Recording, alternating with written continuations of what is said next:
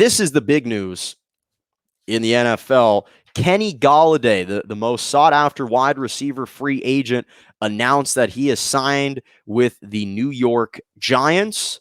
And it was also announced yesterday that Deshaun Jackson, the journeyman wide receiver, the 13-year vet, has signed with the Los Angeles Rams. Now, I wanted to think about, obviously, Kenny Golladay is a better wide receiver than Deshaun Jackson. No one's going to argue that.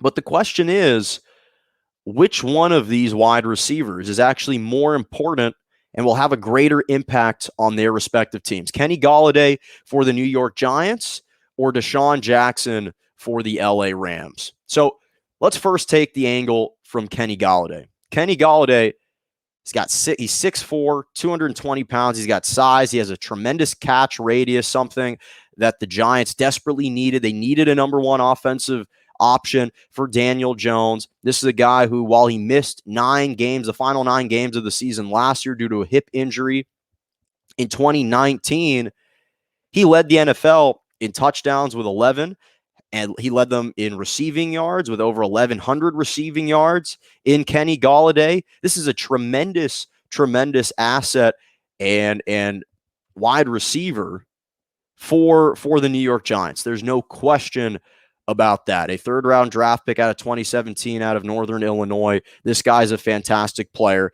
But again, what was important for him was the culture.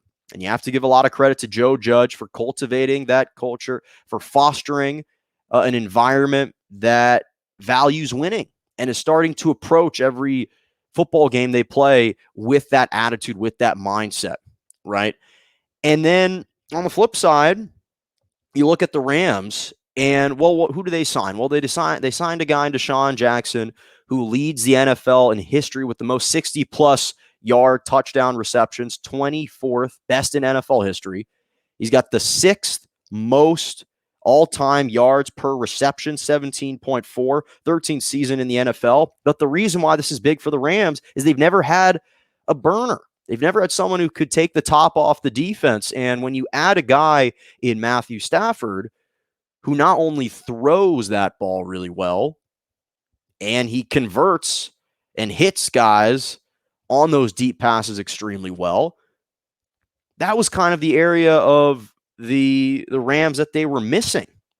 You reunite Deshaun Jackson with Sean McVay, who were both with the Washington football team back in the 2014-2016 seasons.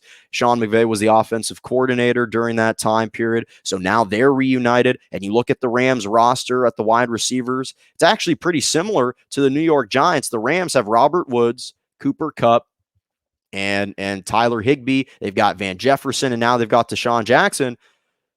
The Giants kind of similarly have a bunch of B to B plus players prior to Kenny Galladay's arrival.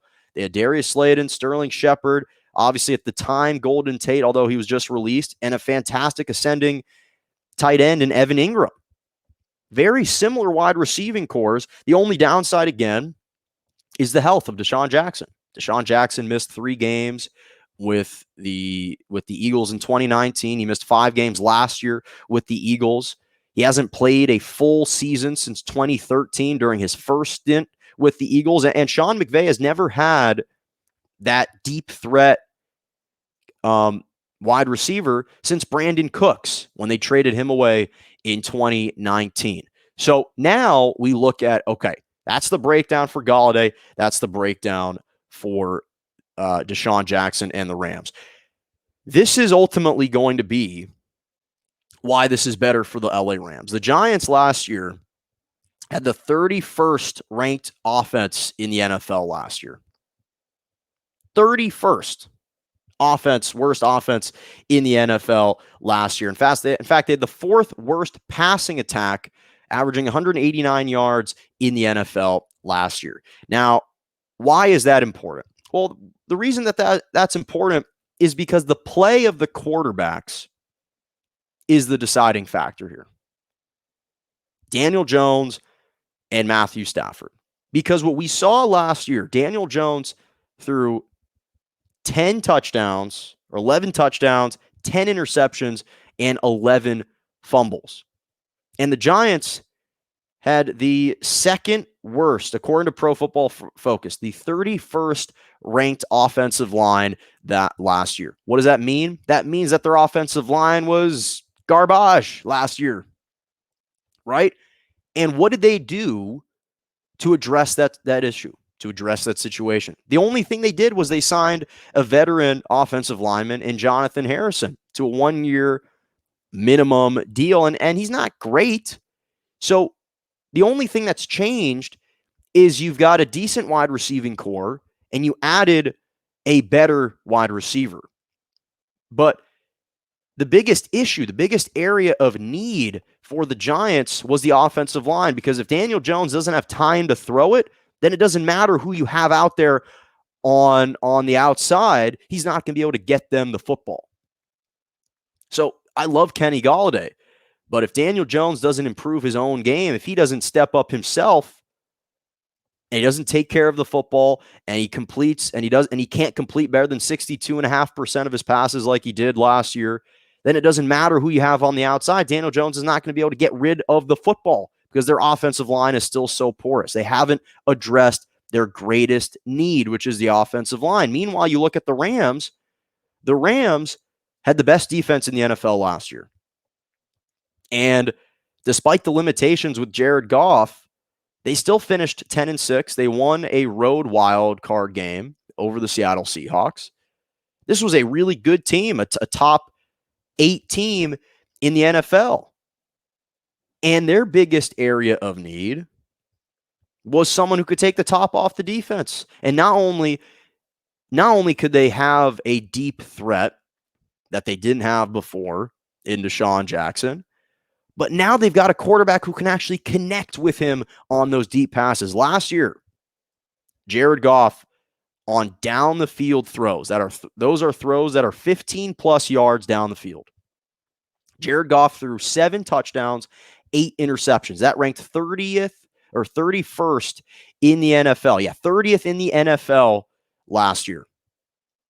Conversely, Matthew Stafford threw 17 touchdowns to just 5 interceptions on down the field passes. That ranked 6th in the NFL. So not only do you bring in a guy who is better at the quarterback position, but you address the greatest area of need, which is providing a deep threat opportunity. And you pair that deep threat opportunity with a guy who can connect with him. That's the reality. So when I look at these two guys, there's no question the individual in Kenny Golladay is the better signing, is the better talent.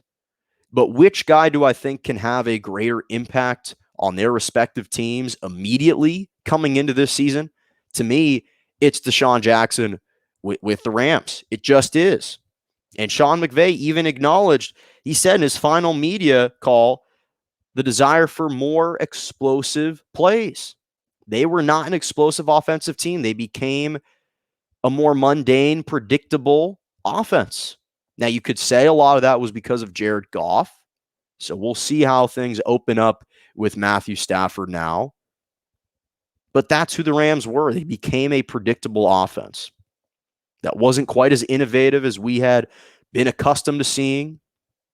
And they really didn't produce and execute many down the field explosive plays.